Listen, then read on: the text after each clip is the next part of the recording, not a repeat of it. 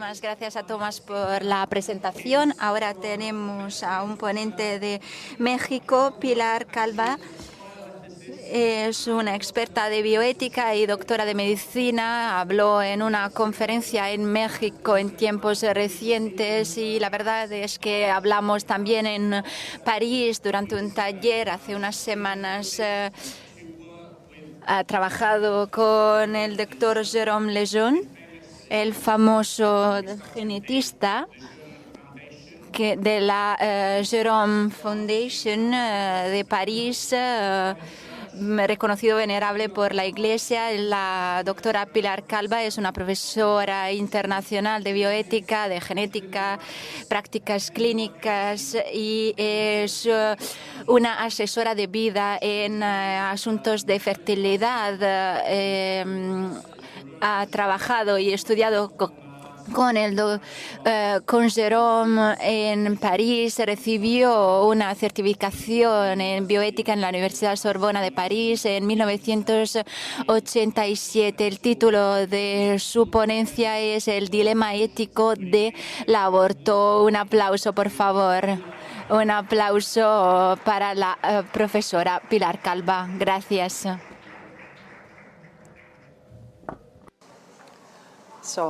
Thank you very much. Muchísimas gracias. Gracias a todo el equipo maravilloso de 40 días por la vida. Estoy aquí y estoy llena de alegría. La verdad es que durante años, a partir del año 2000, he trabajado en cuestiones éticas y la verdad es que me hubiera gustado mucho trabajar a nivel práctico, ¿no? Estoy con vosotros, pero vosotros sois los héroes finales. Gracias por todo el trabajo que lleváis a cabo, que es maravilloso. Bien.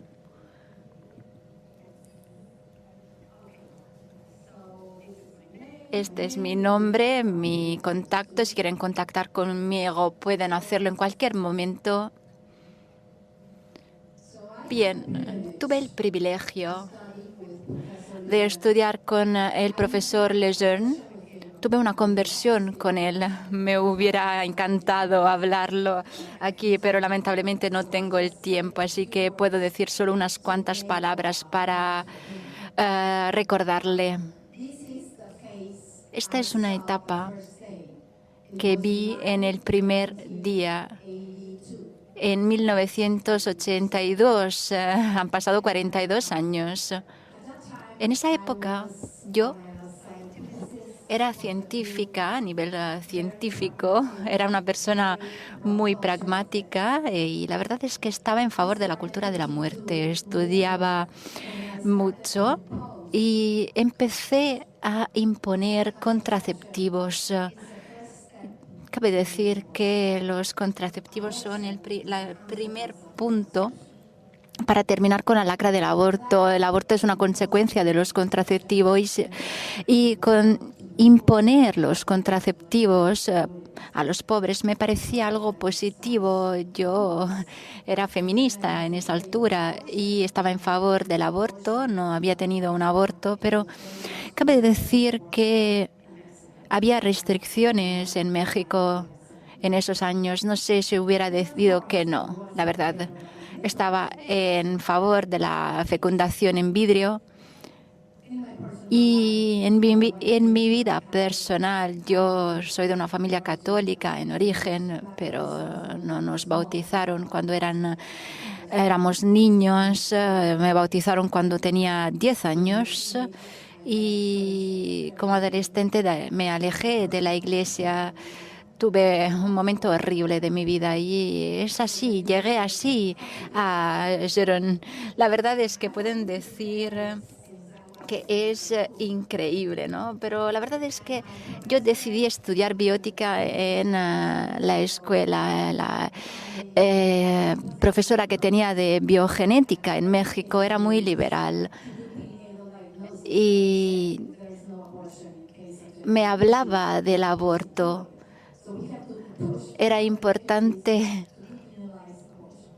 remarcar la importancia de depenalizar el aborto, a su parecer. Y yo estaba en esa línea. Yo tenía a mi hermano estudiando en París y, bueno, Él me invitó a ir. Nosotros no teníamos Google y París me parecía muy lejos, así que lo hablé con mi profesor y me dijo que el mejor experto de genética es el profesor Jérôme Lejeune y él vive en París. Así que si me dicen si me preguntan cuál es el primer punto de mi viaje en 1982, esta es la primera imagen que tuve de él.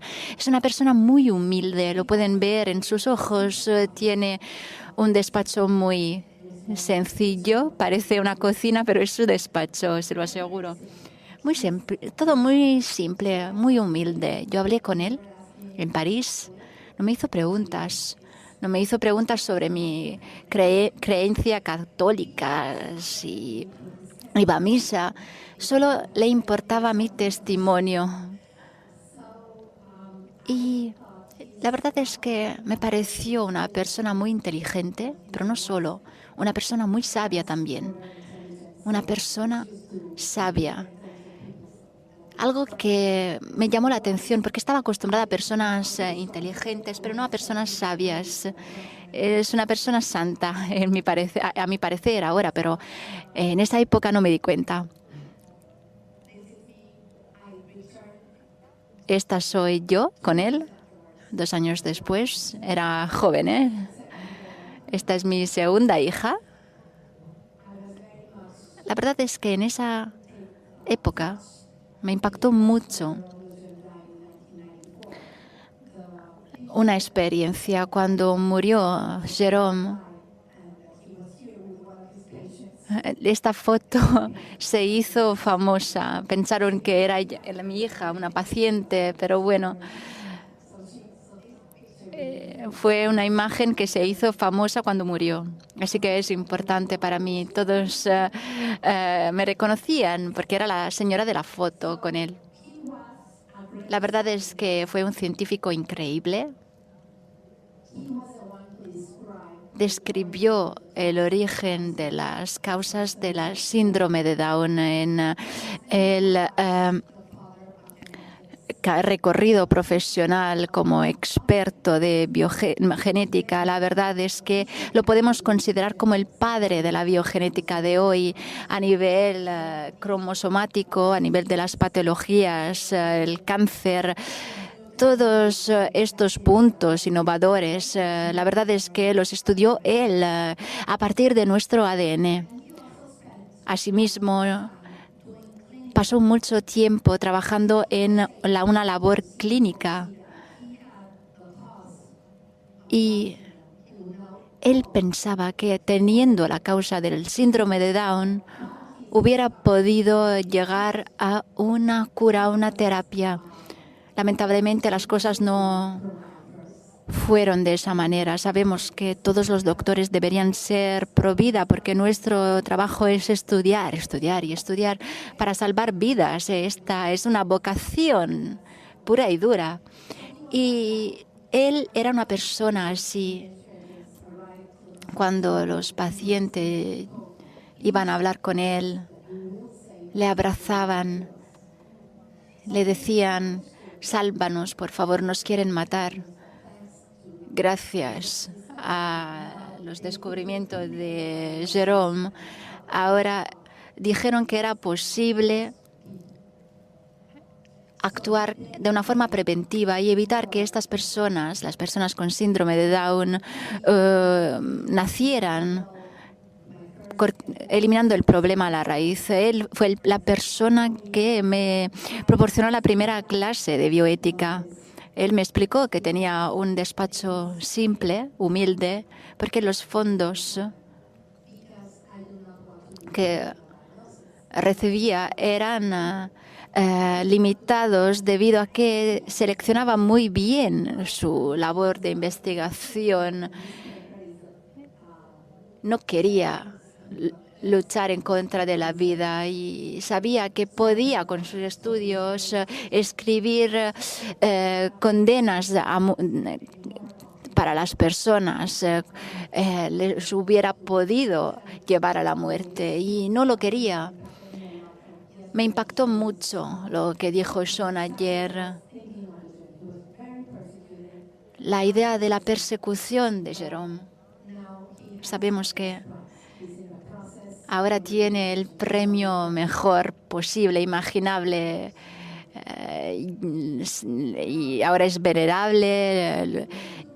Y la verdad es que me parece que se lo merece mucho. A nivel del aborto, no me gusta mucho hablar de bioética porque al fin y al cabo es ética. Y puesto que tenemos que poner un primer nombre o un segundo nombre en español para explicar lo que es, no sé, bioética liberal, bioética pragmática, sociobioética, de una forma u otra, creo que nos engañamos un poco.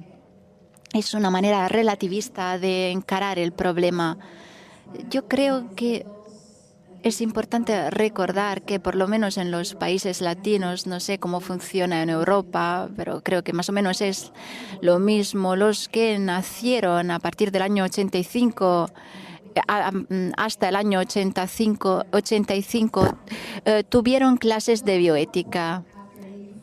Después no se estudiaba ética, se estudiaba relativismo y no conocen estas personas muchas ideas que son clave. El primer punto clave es la ética. Sabemos que juzga las acciones, no las personas. ¿Quién eres tú para juzgar? ¿Quién soy yo para juzgar? Nadie. ¿Por qué puedo juzgar acciones? Porque soy una estudiosa o una académica. Sabemos que es importante analizar las acciones humanas como algo que es voluntario. Un hombre puede actuar como hombre de una forma involuntaria y esto no es algo que se puede juzgar de una forma ética. No podemos decir si es algo positivo o negativo. Y a nivel de dilemas éticos, ¿cómo puedo llegar a la muerte? En dos maneras. Puedo llegar a la muerte porque muero, ¿vale? Es una acción de la humanidad. ¿Es algo positivo o negativo morir? Bueno, creo que no tenemos una idea ética en este sentido. Es difícil juzgar, pero podemos utilizar un término. Durante la COVID dicen que la verdad es que sin vacuna las personas iban a morir. Pero bueno, las personas iban a morir de todas formas. La abuela se iba a morir de todas formas. Se puede morir por medio de una acción humana. Matar.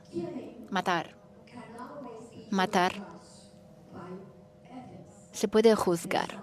Es una acción que podemos juzgar en términos éticos. Sabemos que no es ético matar a alguien que no se puede defender. Y podemos pasar incluso a otro concepto, el aborto. El aborto en español puede ser aborto espontáneo y aborto provocado. Estos son los dos tipos de abortos que tenemos en español. Y la verdad es que en ética es importante distinguir porque son abortos completamente diferentes. No sé si conocen estos conceptos. Tenemos tres elementos de la acción humana. El objeto, el medio, que responde a la pregunta ¿qué hago? ¿O qué no hago? ¿Puedo llevar a cabo una acción o puedo optar por una omisión? Que es muy interesante. No hacemos nada para matar a la abuela, pero no la ayudamos.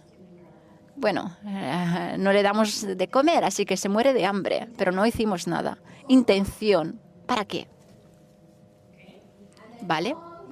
Y después, todos los otros adverbios, adjetivos relacionados con lugares, circunstancias. Bien, por ejemplo, ganar dinero para ayudar a las personas para que coman. Es correcto, la intención es correcta y las circunstancias pueden ser aptas. Son personas que tienen hambre, no tienen la posibilidad de trabajar. ¿Y dónde colocamos el aborto en este contexto? La mayoría de los abortos son acciones simples, humanas, y el problema empieza con los medios. En los medios tenemos las diferentes técnicas. Sabemos que tenemos medicamentos que solicitan el aborto. La sustancia, ¿qué puede hacer? Tenemos una técnica que mata a alguien. Por ende, el aborto es algo que podemos considerar inapropiado siempre. No necesitamos una creencia religiosa. Es algo patente. Sabemos que la vida es sagrada. Así que sabemos que cualquier tipo de excusa no puede cambiar el hecho de que el medio es inadecuado. Yo mato, así que la persona no muere, la madre no muere. Bueno, la verdad es que el fin es positivo, pero no puedo matar para salvar a alguien más, ¿vale? O puedo decir, el niño tiene un problema, no lo puedo curar. ¿Qué hago? Le mato. ¡Ay, qué buena idea! Esto es aborto directo. No lo voy a comentar más porque es un tema, no es un tema central, pero yo creo que es importante pensar a nivel terapéutico en el número 3. La intención es negativa, el medio es negativo, y cuando la intención es negativa, tenemos que hacer hincapié en la razón. ¿Por qué trabajamos? Por razones terapéuticas. Las razones pueden ser negativas. Y en este sentido tenemos dos vertientes negativas y la situación empeora. Sabemos que hay una o dos circunstancias que son incorrectas. ¿Por qué el aborto es incorrecto? Sé que es un pecado, soy consciente, pero a nivel racional puedo llevar a cabo un ejercicio porque el medio es siempre incorrecto. La intención puede ser incorrecta y en la mayoría de los casos tenemos circunstancias que empeoran la situación. Estas son las circunstancias principales relacionadas con el análisis del aborto. Y aquí tenemos el aborto terapéutico. Tenemos otro tipo. Estas son las técnicas horribles. Esto es lo que hacen a nivel concreto. Y la verdad es que funciona así en el cuello uterino. Es lo que hacemos. Incluso a nivel de medicamentos, trabajamos en la placenta y el niño que está respirando por medio de la placenta muere, porque nosotros eliminamos el flujo que de la placenta llega al niño. Aquí tenemos una explicación muy clara. Tengo un abogado aquí, así que espero que la explicación sea correcta. Estoy segura de que me pueden ayudar. Esto es lo que hacemos en el hospital. Es un aborto en un estadio avanzado que es admisible en algunos países. Bien, si la madre tiene, no sé, 36 semanas de embarazo y intentan trabajar a nivel occipital, consiguen sacar el líquido amniótico y la placenta baja. De esta forma matan al niño con una técnica horrible. Al final el niño en partes se saca del cuerpo de la madre. Es horrible, lo sé, pero es importante tener una idea racional. Yo invito a mis estudiantes a leer la autobiografía de Dios, un libro maravilloso en el que se explica cómo se lleva a cabo el aborto de su hijo, el hijo del autor, las diferentes piezas que se sacan de la madre. Al final se analizan. Se le pregunta al autor, ¿qué piensas? ¿Qué sientes? Me siento bien porque llevamos a cabo una buena labor. Tengo todas las piezas. era una imagen concreta. La verdad es que es una explicación racional. Y es importante tener esta explicación racional, porque con una explicación racional comprendemos por qué es tan incorrecto llevar a cabo un aborto. Y en este sentido, nosotros trabajamos en un hospital con jóvenes mujeres que estaban allí con sus parejas, con los bolsos de plástico en la cabeza de los niños. Sabemos que esos son homicidios puros y duros, son diferentes. No sé si son diferentes. Si matamos a un niño con un bolso de plástico o con un aborto, no veo una diferencia. La intención puede ser más o menos positiva. Quieren matarle y le matan porque no quieren que vaya a la universidad, y así que le asfixian con un bolso de plástico. Este es el relativismo. Las circunstancias pueden hacer con que nos parezca positivo lo que es en realidad una acción de maldad. ¿Cuál es la diferencia entre lo que pasa en el hospital y lo que pasa en un hotel cuando una madre mata al hijo asfixiándolo? No hay diferencia. Sabemos que cuando la cabeza del niño sale del cuerpo de la madre, ese se considera un ciudadano. Pero en algunos casos esto se considera simplemente un acto, una acción médica. No podemos decir que algo es positivo debido a las circunstancias. Sabemos que cuando estamos hablando de maldad, la maldad queda.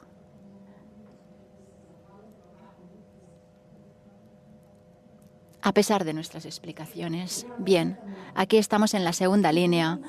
El medio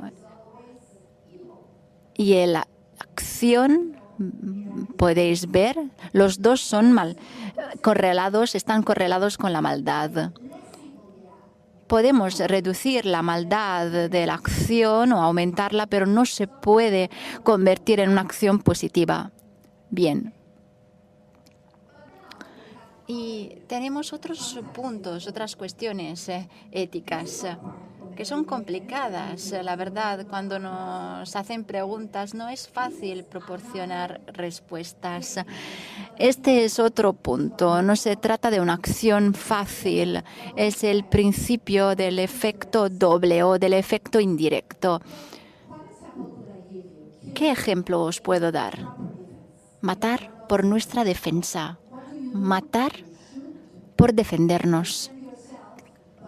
Me tengo que defender a nivel social, así que mato al otro. Alguien cae al suelo, está muerto. ¿Murió solo o le maté yo? Le maté yo. Es una acción humana. Yo le maté por defensa. Tenemos dos efectos, uno positivo y uno negativo. Y hay dos principios. Ahora lo explico mejor. Tenemos muchos ejemplos. No sé si puedo analizar todos los ejemplos, pero la verdad es que hay un punto clave, el efecto doble. Uno, cuando tenemos embarazos con un dispositivo intrauterino. ¿Lo saco o no lo saco? El dispositivo intrauterino, porque si lo saco, esto puede comportar un aborto. Si lo dejo y no hago nada, puedo tener un aborto. Tengo un efecto doble. Otro ejemplo es lo que hago cuando tengo un embarazo ectópico. Otro ejemplo, y es lo que pasó con Santa Jana. Sabemos que estaba embarazada y tenía un cáncer en el útero.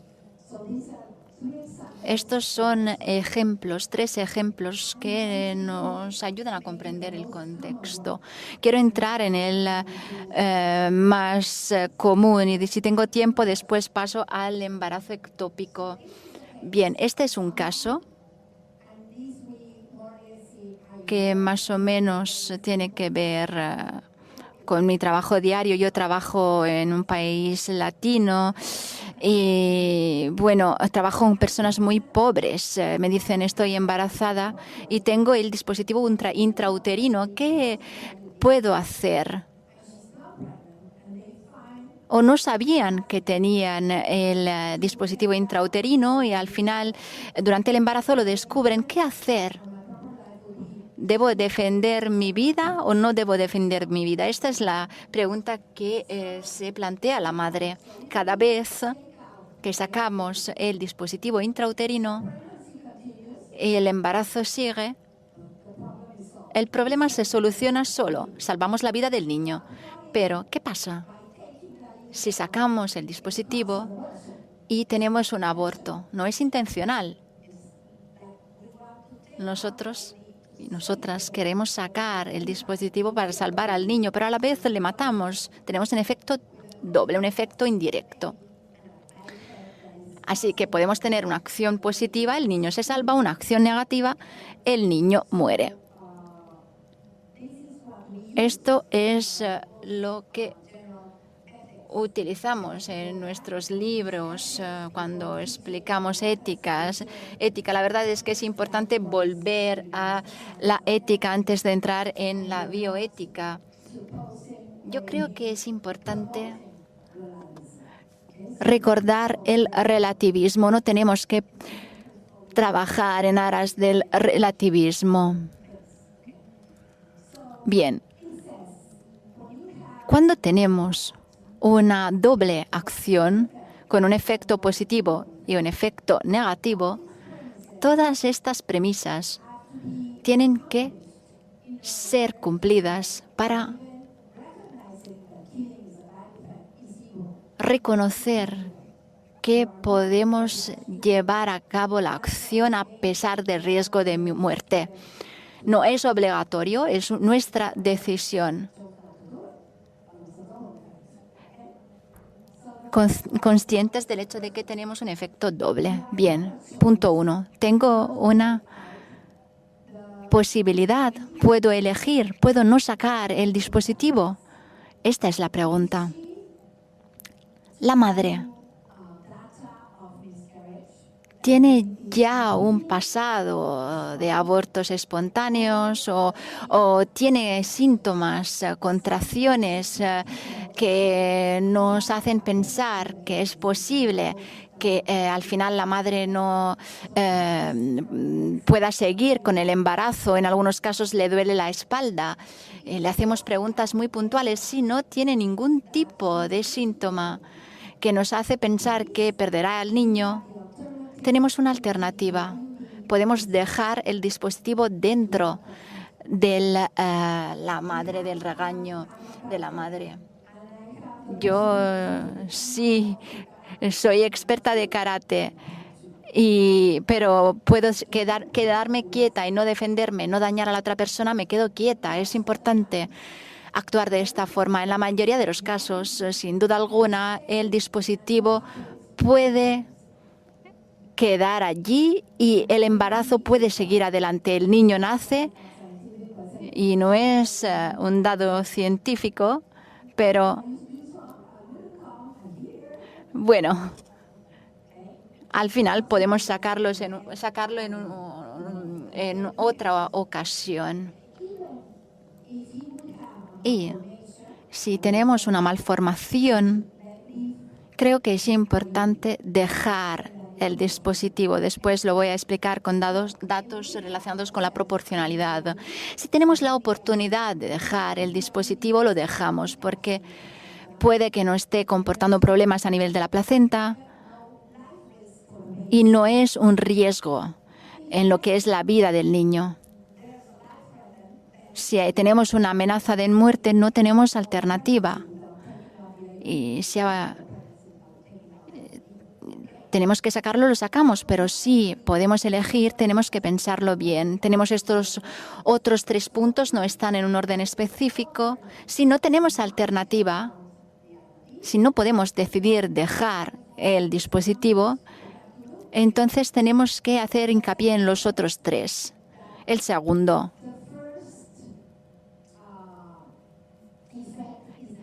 El primer efecto es el efecto positivo. El efecto negativo procede en un segundo momento. El libro nos explica que el efecto positivo es la causa, el efecto negativo es la consecuencia. Otros libros dicen que el efecto negativo es consecuencia del efecto positivo. Bueno, es lo mismo. ¿Cómo puedo saberlo? De una forma u otra, si saco el dispositivo y digo a la madre, vienes a consulta, saco el dispositivo, llevamos a cabo un aborto para que no tengas un aborto espontáneo. Si yo decido optar por esta decisión, yo no soy cirujana, así que la verdad es que no lo puedo hacer yo. Pero hay personas que son expertas de laparoscopía y que la verdad es que lo saben hacer. Así que saben hacerlo, saben sacar el dispositivo sin tocar al niño, sin que tengan consecuencias a nivel del niño. Tenemos que aclarar que estamos haciendo lo bueno, pero que de lo bueno podemos tener lo malo. Número 2, cumplido. Sacamos el dispositivo. Después el tercero. Death. El tercero consiste en decir que la muerte o matar no es algo que se quiere, no es algo que se busca, pero sí que existe un riesgo de que suceda. Yo sé que al sacar el dispositivo, si no tengo elección porque está sangrando la mujer o tiene contracciones y el niño saldrá, pues en ese caso yo sé que no quiero hacerlo, por eso lo hago con mucha atención, con mucho cuidado, pero sí que sucede. Lo podemos sacar, pero con mucho cuidado. Entonces cumplimos con el tercer punto y luego, por último, tenemos la proporcionalidad. El efecto positivo tiene que ser mayor en comparación con el mal, o por lo menos en el mismo nivel, porque nunca podemos escoger eso, nunca podemos elegir el mal. Es un principio ético básico.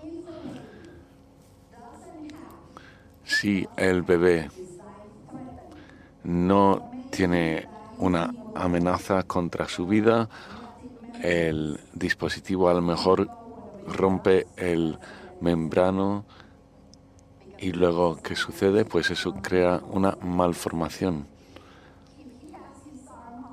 Si el brazo del bebé está hasta este punto, pues el bebé sacará el brazo para cerrar el agujero, porque si el líquido amniótico sale, pues el bebé se muere. Esta parte no crecerá porque está fuera del útero y se quedará sin esta parte. Entonces los bebés pueden tener malformaciones o puede haber rupturas espontáneas del membrano amniótico. Si pones, es como poner algo para bloquear el crecimiento. Es un tema de salud, es un problema de salud, pero no es un problema de vida. No podrá tocar el piano quizás, pero no tendrá ningún problema tampoco. No es un problema que le amenaza la vida. Entonces es una falta de proporcionalidad, porque el efecto positivo es mejorar su salud, pero la parte negativa es que podría morir. Por lo tanto, bueno, sabemos que hoy en día todos queremos un niño en buena salud, pero no voy a sacar al niño si es simplemente un problema de salud. Si, en cambio, el bebé se enfrenta a un riesgo a su vida, pues El efecto malo es que la vida se ve amenazada, entonces sí que se puede hacer.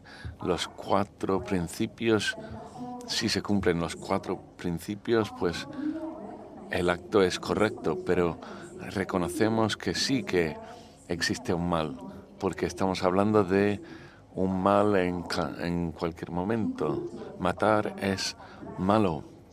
Se podría hacer, pero no estamos obligados a hacerlo. La madre puede elegir y puede decidir mantenerse con el bebé. Estos son los protocolos que vienen de la Organización Mundial de Salud y cualquier cosa que viene de la OMS. Bueno, estoy pensando en todo lo malo que he hecho en la vida y cualquier cosa que llega de la OMS, bueno, podríamos llamarlo la Organización Mundial de la Muerte. Y estoy muy atenta a lo que dicen. Tienen estas pautas. Dicen que si tienes un embarazo ectópico, el bebé tiene problemas, sobre todo en los tubos falopios. Y esto quiere decir que el bebé no puede crecer y hay una ruptura, el bebé se muere y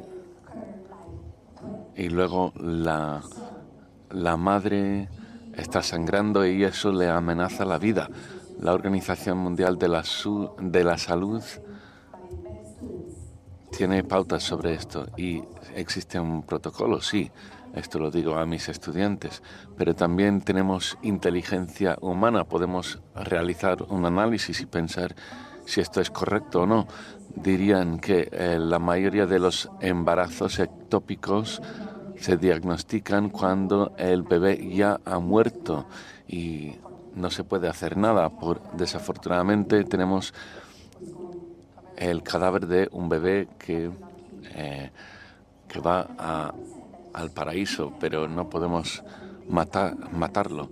Y luego podemos diagnosticar, en el caso de un embarazo ectópico, podemos a veces diagnosticar esto cuando el bebé sigue en vida. Entonces, ¿qué es lo que tenemos que hacer?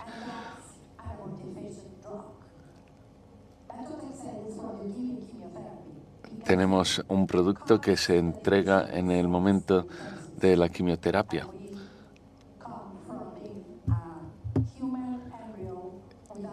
Entonces se pasa de ser un